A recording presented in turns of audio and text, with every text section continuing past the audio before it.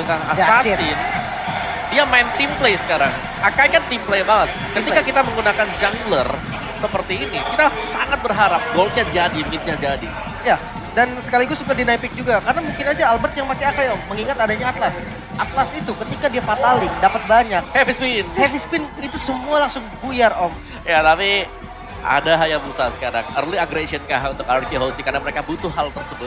Terutama untuk bisa menjinakkan bagian tengah. Sanji yang bisa jadi poros utama Eko ini harus dipotong dulu di awal. Mereka bisa sih, mereka punya grok juga, ingat. Power of Nature yang sekarang cukup berbahaya dari seorang Finn, apalagi kalau udah level 4 wall charge.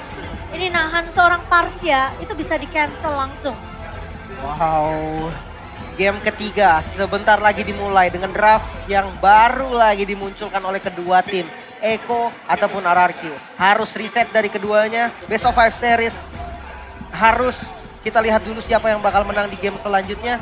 Dan kemungkinan untuk gamenya dipakai semua nih, 3-2 besar banget. Ya, aku pengen lihat berapa Purify yang dibawa. Ada atau tidak ada Purify? Tadi aku mau bahas tuh, ini apakah dari Skylar bawa Purify.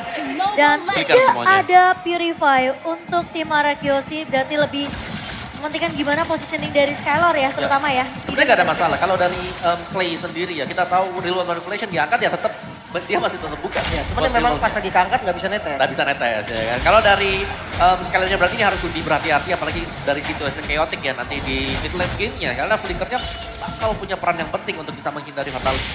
Ya betul, dan dengan ada pergerakan dari Sanford yang sekarang berbeda, dia ngebawa lebih ke arah lapu-lapu yang bisa nahan dia di depan, memberikan efek sisi juga. Dan Finn sudah mulai tertukar dengan adanya slow effect. Masih punya flicker untuk mundur terlebih dahulu dari Finn-nya. Tidak akan mudah di pick off. Kaltisi bakal berfokus untuk mendapatkan farming sampai dapetin level 4-nya. Bisa dapetin heavy spin sama seperti Albert.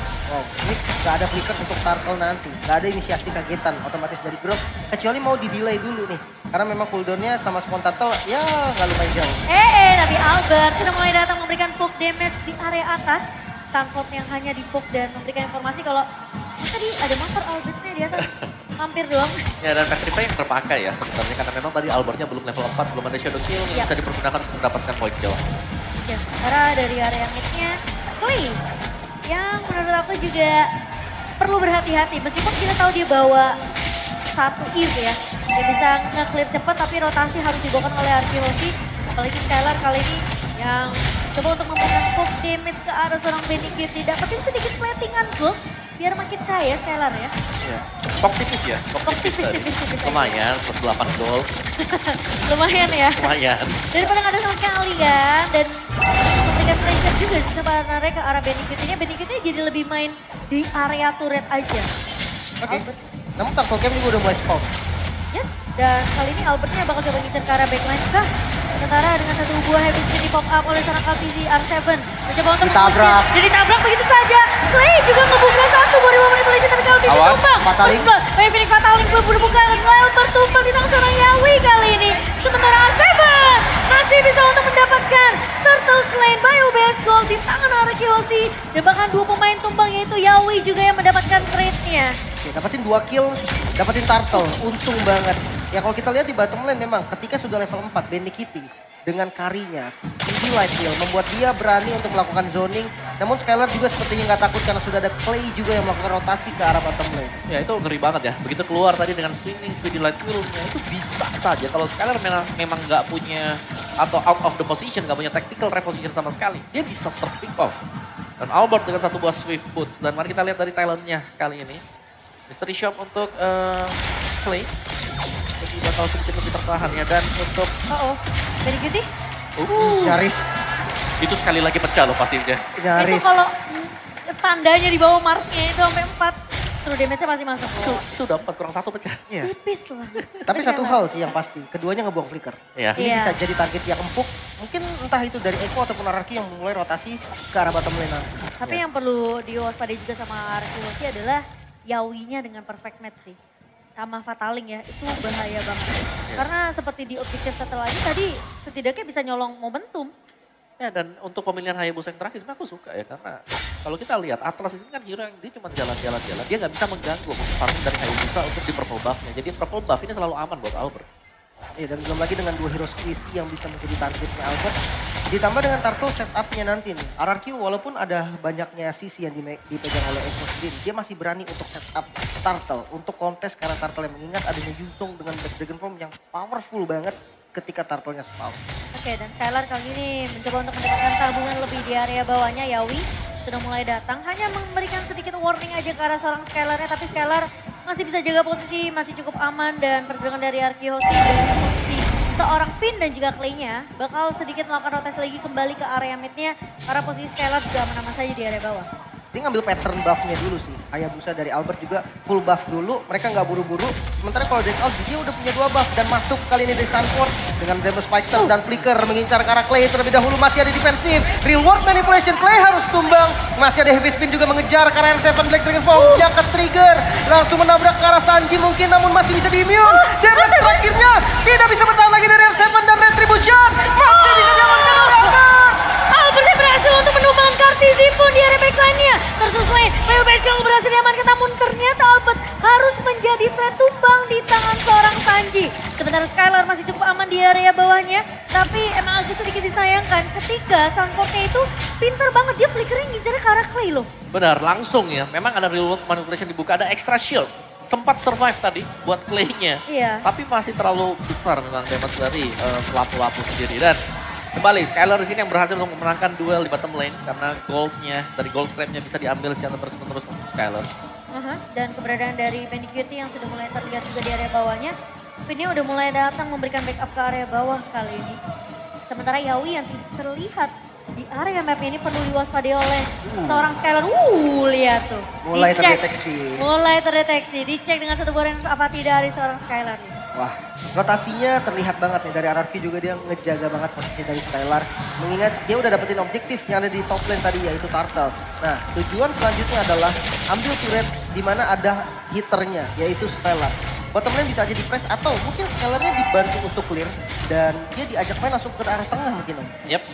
Dan ini reset dulu untuk kedua-duanya ya. Dari goldnya memang gak jauh berbeda sama sekali. Karena kontrol objektif dari untuk trading blow-nya masih sama-sama. Masih 11-12 juga. Ini mungkin gak akan ada rotasi yang cukup agresif ya. Terutama dari Skylar sampai mereka bisa dapetin satu turret objektif terlebih dahulu untuk arah Kihosi.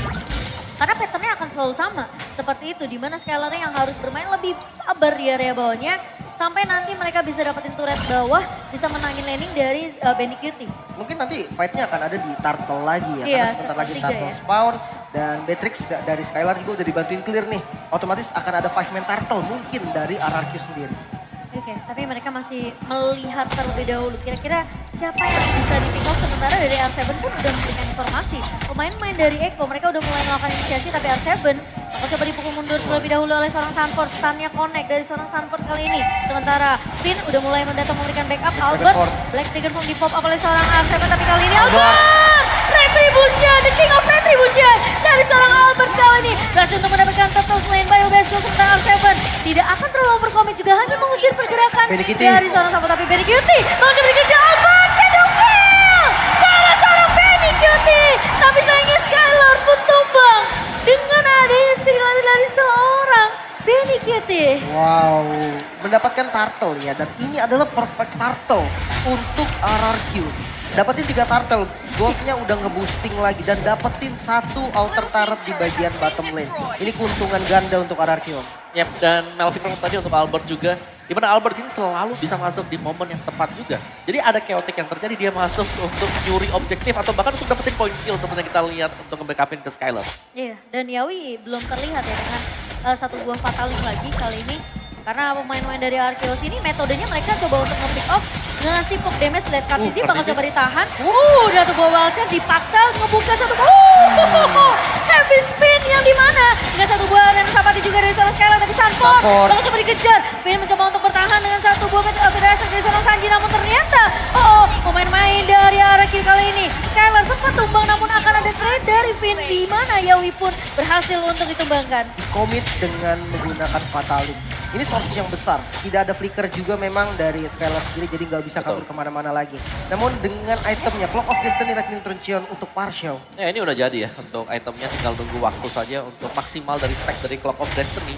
Dan ya semasa memang gak ada flicker, ini adalah masa-masa yang berbahaya untuk Skyler. Karena pasti Ya. Yawi akan menuju ke arah dia. Apapun yang terjadi, perfect match-nya, flickernya, fatalnya, semua bakal ke Skyler. Apalagi di bawah flicker kan, jadi Betul. udah pasti inisiasi kejutan bisa aja didapatkan oleh pemain-pemain dari Eko di sini. Dan Skylar tepuk lagi, mundur kayak itu.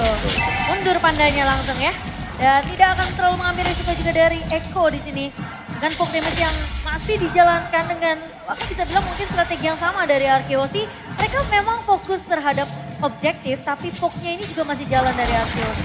Dan yang enak Hayabusanya ternyata dikasih untuk main jauh, Om. Ya, dia bisa split dia buat Hayabusa. Nah ini nih, klik. Yawi kali ini mencoba untuk ngebuka tapi Clay masih bisa mundur terlebih dahulu. Dan tidak ada satu buah fataling sementara pemain-pemain dari Arkeosi. Mereka sepertinya juga nggak mau terlalu overcommit karena dua pemain tadi cukup jauh dari Albert dan juga R7-nya. Sehingga tidak akan ada follow up tambahan kalau memang mereka terlalu overcommit tadi untuk membalaskan pergerakan dari Eko. Ya, Arkeosi mereka bisa split push, mereka punya mobilitas dengan Hayabusa jungler Betul. mereka. Sedangkan dari Eko mereka bisa main tabrak untuk ambil objektif karena lini depan mereka junglernya ini tank.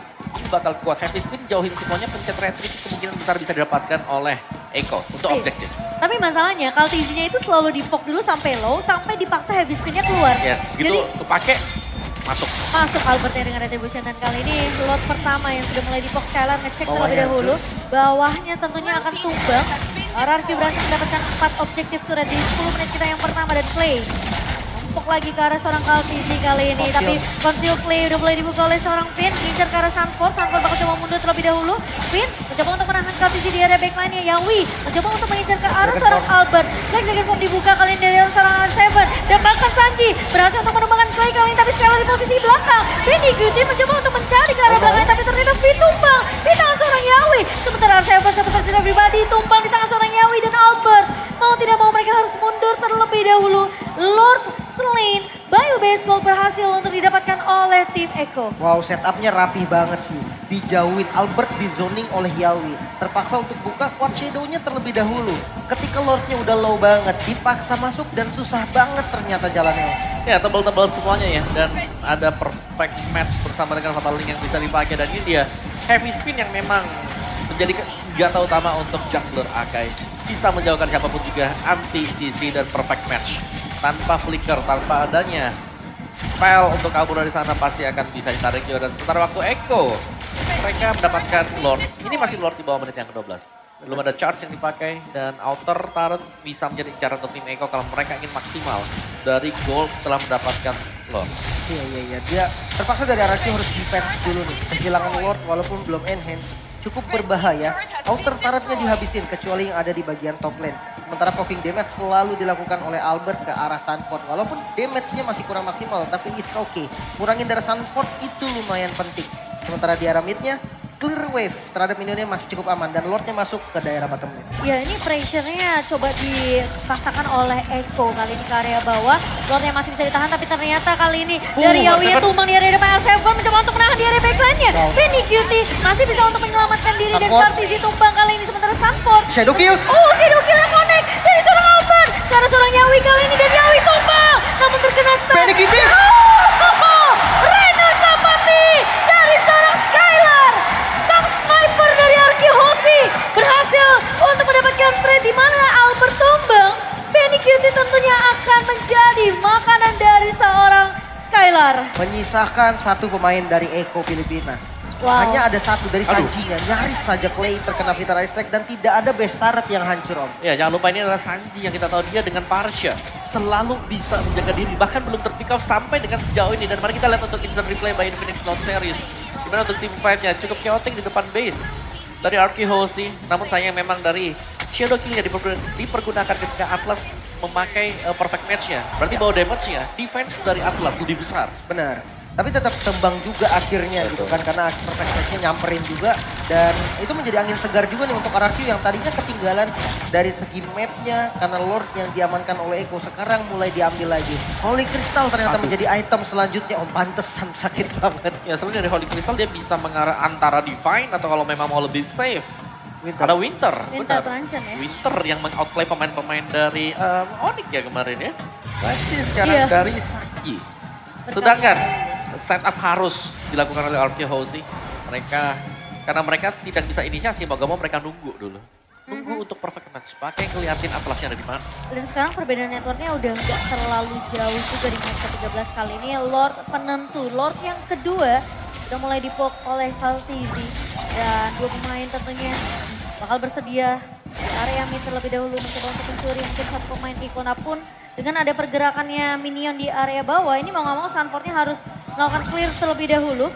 Dan Clay juga bakal coba untuk menunggu. Posisi dari Clay menurut aku juga penting sih. Karena satu body wall manipulation yang ngasih efek full ini bisa ngebantu Skylar untuk ngasih damage tambahan di area backline-nya. Dan bisa memukul mundur Kari juga. Betul. Benny Kitty, kita tahu dash atau jump dari Kari. Dan top step itu gak jauh, kecil banget range-nya. Jadi mau gak mau harus pakai flicker untuk nyelamatin dirinya. Kecuali bisa dilawan balik. Oke, tapi kali ini kontrol Clay udah mulai dibuka oleh seorang Yawin. Bakal mencoba mencari Clay di area depannya. Bakal coba untuk menjaga satu. Reward. Tapi reward manipulation dibuka begitu saja. Kaltizi mencoba untuk membuka heavy spin. Dan Lordnya berhasil untuk diamankan oleh Iko Philippines. Sementara Awas, kali Benny ini Kitty. Tiffany bakal coba dibuka.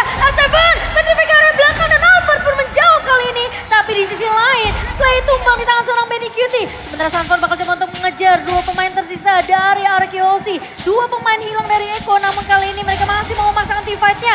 Benny Cutie bakal coba dikejar, tapi R7 coba main time terlebih dahulu. Dan tumbang di tangan seorang Benny Cutie. Albert menjadi pemain tersisa yang menjadi harapan dari Arkeosi. Karena lotnya kali ini sudah mulai berjalan ke area bawah. Eko yang berhasil untuk mendapatkan Lord Lane by UBS. Tapi apakah pemain-pemain dari Arkeosi mereka masih mampu untuk melakukan defensif terlebih dahulu? Shadowin dengan bariernya coba diblok terlebih dahulu. Fokus terhadap minion. Coba di-clear namun base turret di mid lane tidak bisa ditahan lagi. Tidak bisa di-defense lagi. Untuk yang top lane masih cukup aman. Namun Lordnya berjalan ke arah bottom lane. Ini yang bakal menjadi PR untuk Arkeosi. Iya, dan dengan adanya pergerakan dari Eko ya. Sekarang mereka coba untuk melakukan push di tiga lini yang berbeda. Dan Kaltizi ngebuka satu buah heavy spin kali ini. Dan mengambil dari Asher dari seorang Sanji. Clay tumbang di tangan seorang Sanford. Dan bahkan dari Asher, Yawi satu buah kalinya connect. Tapi Skylar tumbang kali ini di tangan seorang Sanford. Triple kill. Main Phoenix berhasil diamankan. Dan oh my god, Eko. Mereka berhasil untuk melakukan comeback di game yang ketiga.